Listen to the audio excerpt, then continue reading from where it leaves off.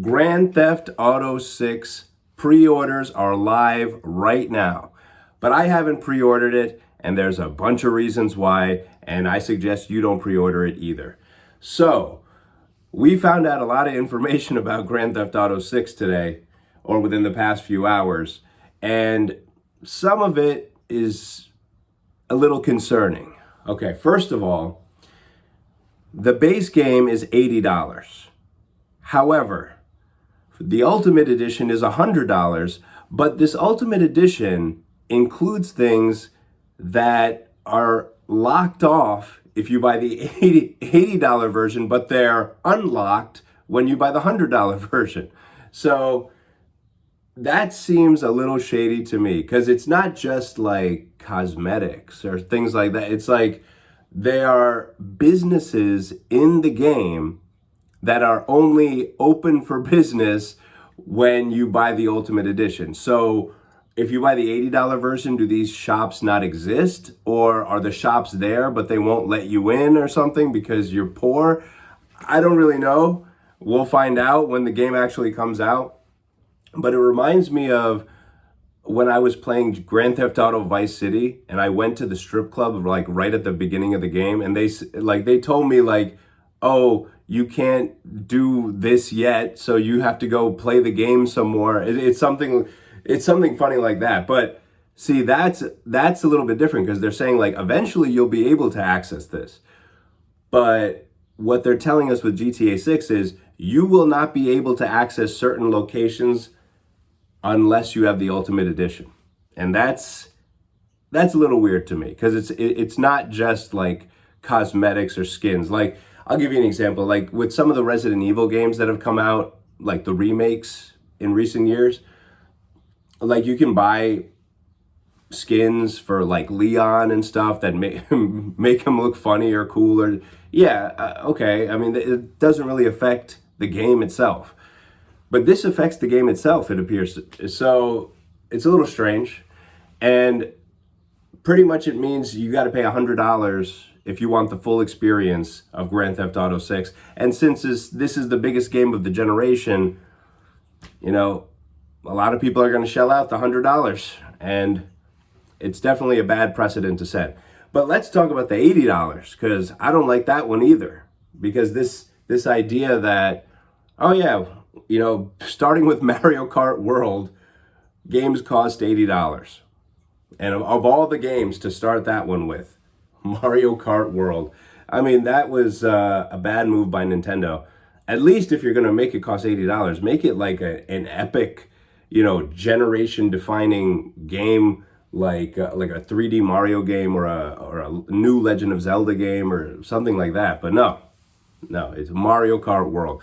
And so GTA 6 can obviously get away with charging $80, because people have been waiting for this game for what, like 13 years? I mean, how long ago did GTA 5 come out? A very long time ago.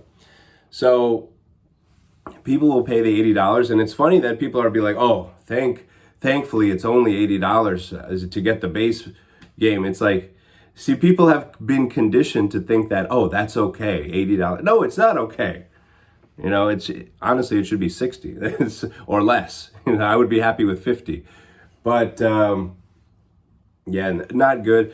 But the Ultimate Edition, it's like you have to get it to get the full experience, which totally uncool. Then on top of that, there is no disc version of the game. So if you have an Xbox Series X or a PlayStation 5 and you have the disc drive on those machines, you will not be using it for this game, because the physical edition that will come out in November is just going to be a download code in a box. So you're going to get your little case, you're going to open it up, and there's going to be a download code. No discs. No discs at all. Now, in the future, will they release a version that has the discs? Maybe. But obviously, this makes things better for Rockstar Games, because now you don't have to worry about people getting access to discs before the game actually releases on whenever date that is, I think November 19th. So they can avoid spoilers, and then they don't have to like pursue litigation against people because they played the game early and they posted footage of it online, so they don't have to worry about that part. So there might be discs in the future, but I can't say that. You know, it's like there might be this, there might be that. Look, as of right now, no discs for Grand Theft Auto 6, just digital. And $100 or $80 if you want a gimped version of the game. I guess that's what you want to call it.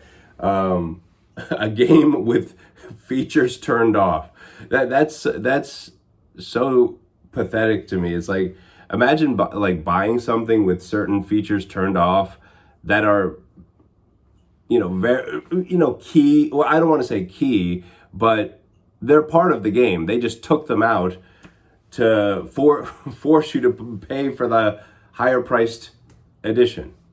Yeah, it's like buying a car without a stereo in it, without like power windows. You have to like roll down the windows. It's like there's no unlock thing on the key fob. You have to use the actual key. It's like taking away all of the modern conveniences. You ever see, I think there was like a car called like the Toyota Yaris that had everything stripped down off of it to make it as cheap as possible. That's what this reminds me of. It's like, locking gameplay elements behind a $20 upgrade pack. I don't know, guys. But yeah, and so no physical version, digital only. No GTA Online at launch. So they have not mentioned Grand Theft Auto Online at all. They keep emphasizing that Grand Theft Auto 6 is a single player experience. No mention of GTA Online. So now everyone's going to be wondering about that, because obviously if they're going to have it, it's going to launch in the future. But is it going to be paid, a paid like DLC type of thing? Because the other GTA Online came with the game. When I purchased GTA 5, I got GTA Online with it. Now, I did buy GTA 5 for the current generation of systems, so it did come with GTA Online. So are they going to have people pay for GTA? That would be crazy. Obviously, I wouldn't pay for that. There's no way I'll pay for that. I don't know. I don't know when I'm going to buy GTA 6. I don't plan on pre-ordering it. I mean, it's not like such an earth-shattering event. I have to pre-order it. Pre-order a digital game. I mean, they do give you some like skins or something if you purchase or pre-order the game prior to November 20th. So I guess that means you can buy it on the day it launches and still get I think it's like the classic Vice City pack. I think I show like what that looks like in the thumbnail for this video. I mean, that's okay. I mean, but that's okay because that's just that's just like cosmetics. You don't need that to play the game. So there is some benefit if you do buy it on the day it launches or pre-order it.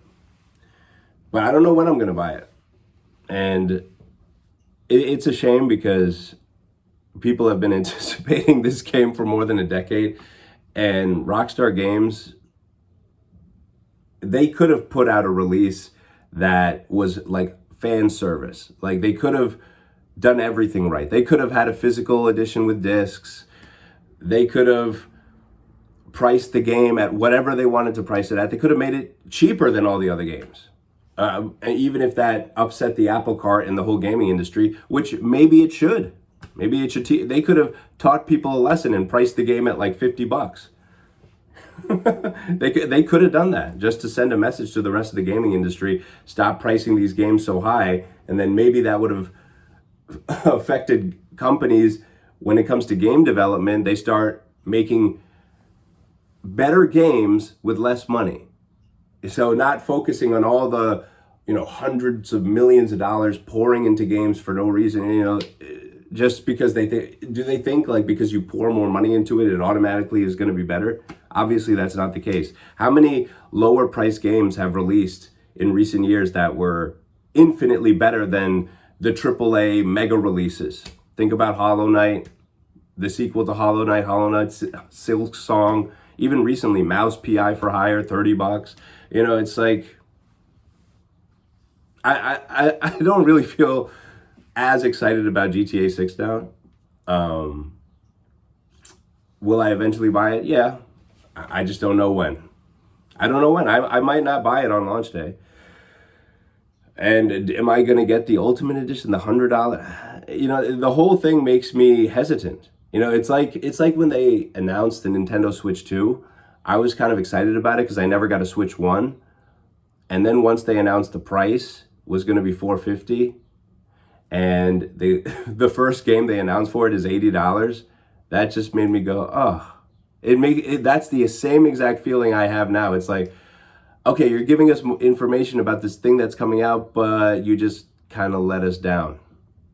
But eventually I did get the Nintendo Switch 2. So, because that's now the affordable system, because everything else went up in price, like skyrocketed in price. The Xbox systems, the PS5, the Steam machine, the Steam Deck, everything went through the roof. But I didn't get Mario Kart World for $80. That's just dumb.